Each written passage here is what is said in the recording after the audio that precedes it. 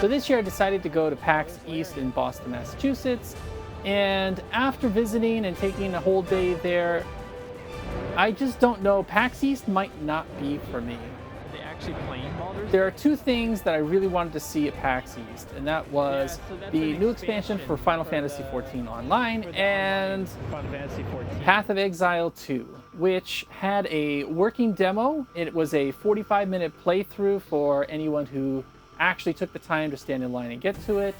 And part of this may be user error because I've never been to a PAX before. The other conventions I've gone to, I've been able to get into pretty much anything I wanted to do, even if I didn't go there directly.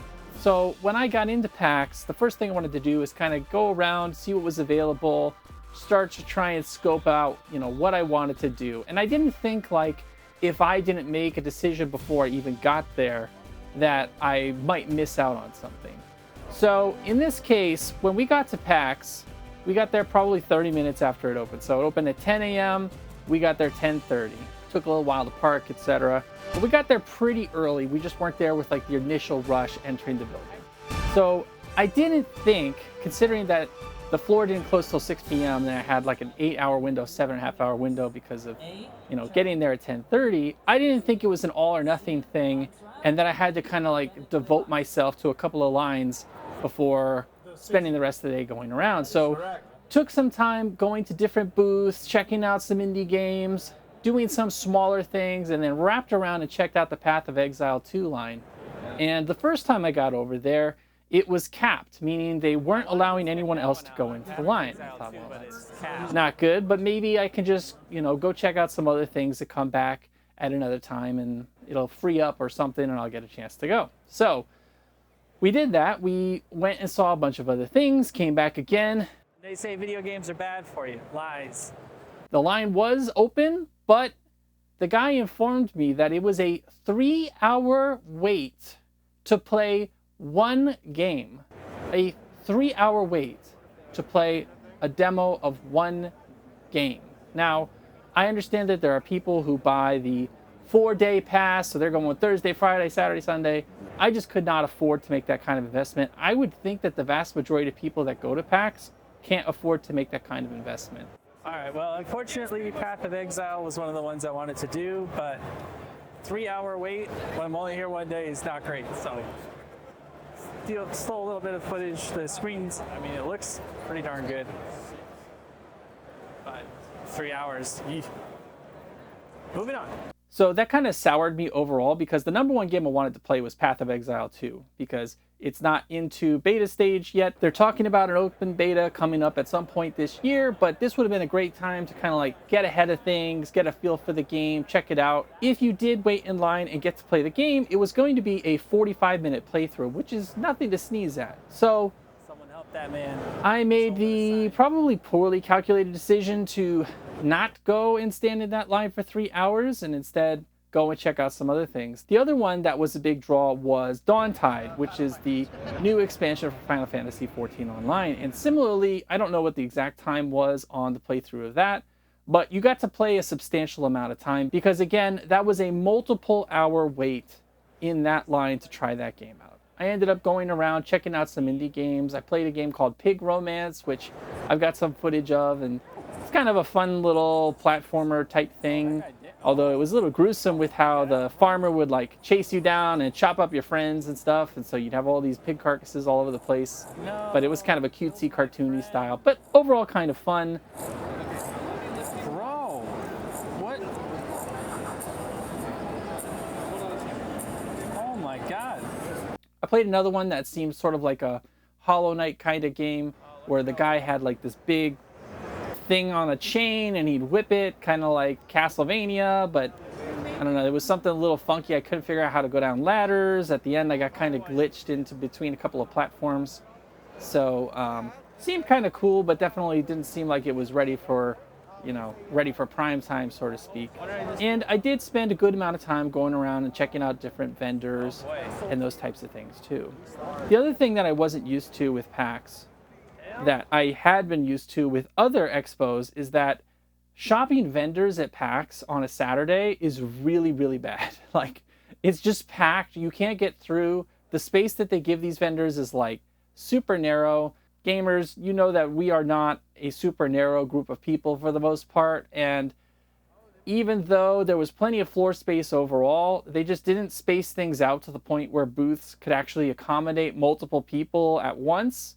So it was very difficult to find a booth that had stuff that you were interested in and wasn't loaded with people and impossible to shop. I will say that the stage they had set up for Tekken 8 and the tournament they had going there was pretty sweet. I was a little disappointed because I saw there was a Street Fighter 6 tournament, but that was actually just being held up in the rooms upstairs. It wasn't actually like a main stage kind of thing.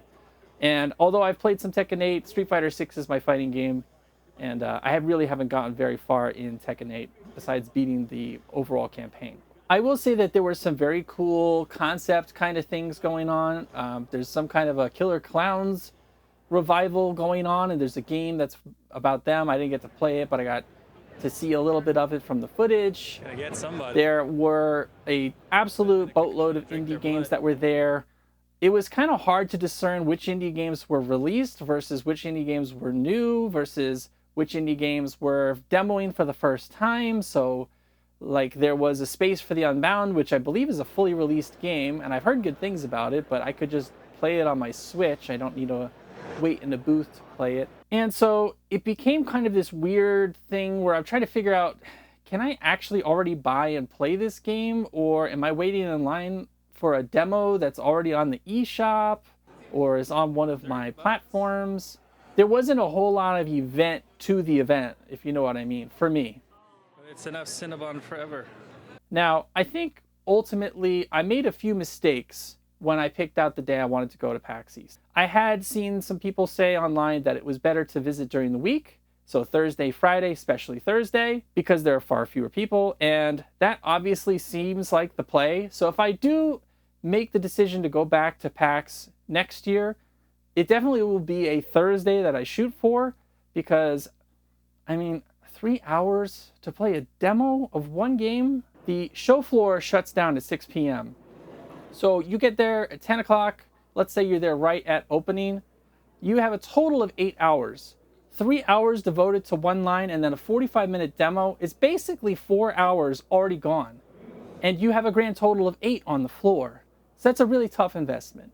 Now, if Thursday is better and it's not as crowded and you can get into things, cool. But I don't know. I mean, I think I just need a completely different approach if I decide to go to PAX in 2025. The coolest part of PAX East was I got to meet a couple of YouTubers, a couple of my favorite gaming YouTubers. So there was Bob from Wolf Den and Wood from Beat 'em Ups, although I didn't really get to meet Wood, but I'll explain that in a second. And it was kind of funny because I saw Wood walk around a couple of times, but I didn't stop him because he looked like he was in a hurry trying to get somewhere. So I felt kind of awkward. It's one of my weaknesses as a, inexperienced YouTuber. I don't like to imposition people. So if I approach them, I don't know, I'm a little awkward like that.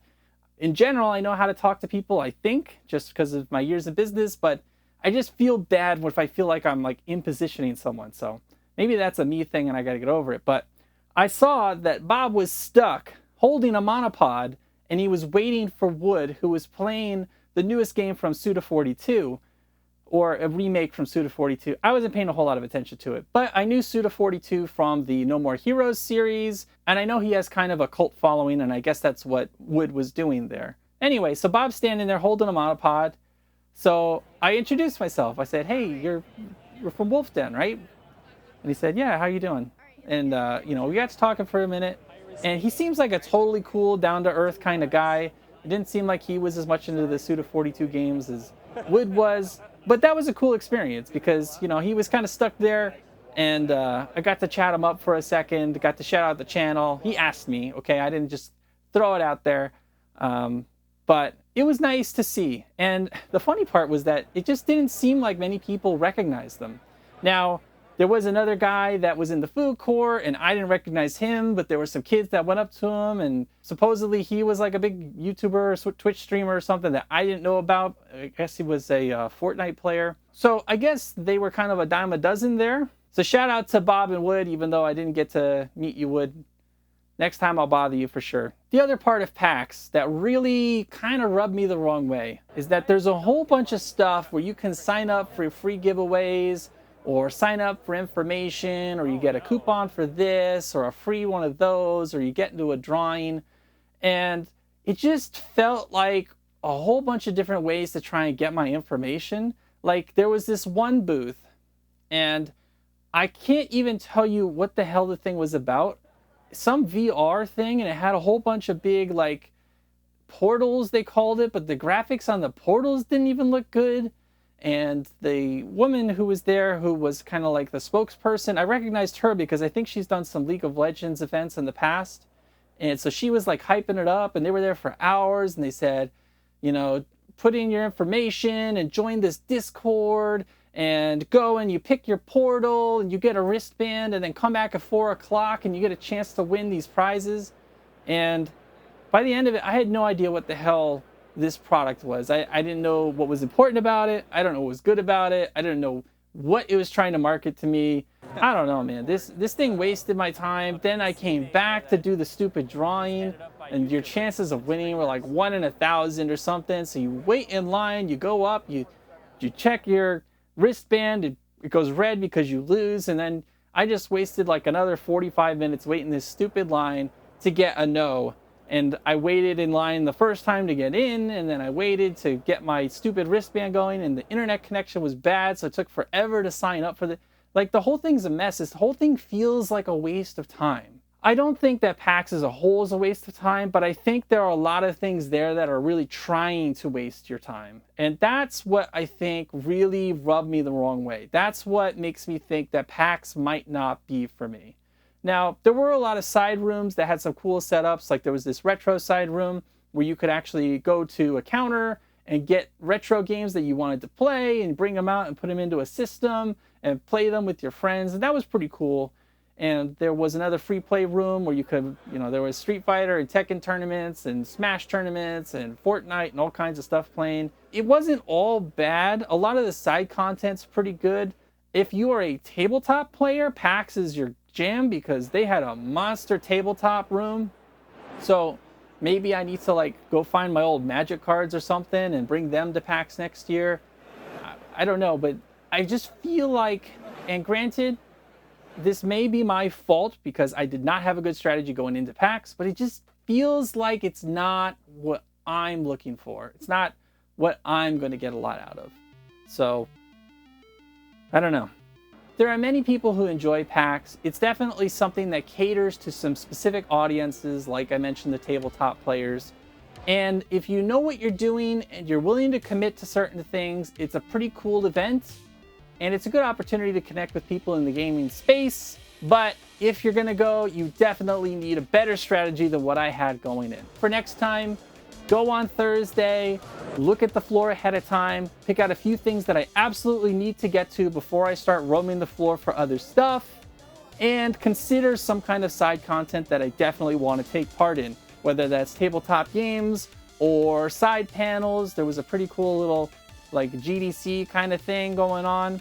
There were a whole bunch of panels that honestly I had no interest in for the day that we went. That might be another mistake I made, going on a day that didn't have panels I was interested in. As always, the cosplayers are cool, the people are nice and friendly, the atmosphere is cool. I did pick up a cool Ken Street Fighter shirt. There was some cool stuff there, and there was some cool stuff to take part in. But again, you had to make a commitment, you had to have a plan, and I didn't have either of those things. So for me, PAX 2024 was a bit of a wash, none the least because it was a friggin' monsoon and I had to drive back 2.5 hours through that, and it wasn't a whole lot of fun. Not to mention it rained even going into the place. But if I go in 2024, I definitely need a plan to try and make the most of it. And considering it cost me like $40 to park and like $100 a ticket after fees, I mean, it's an investment. So anyway, if you ended up going to PAX East and you either have some tips for me or you have some feelings as to what you can do to better enjoy your time with PAX, let me know in the comments down below. Until next time, this is Pirates for Pirates Gaming saying thank you for watching, and I will see you there.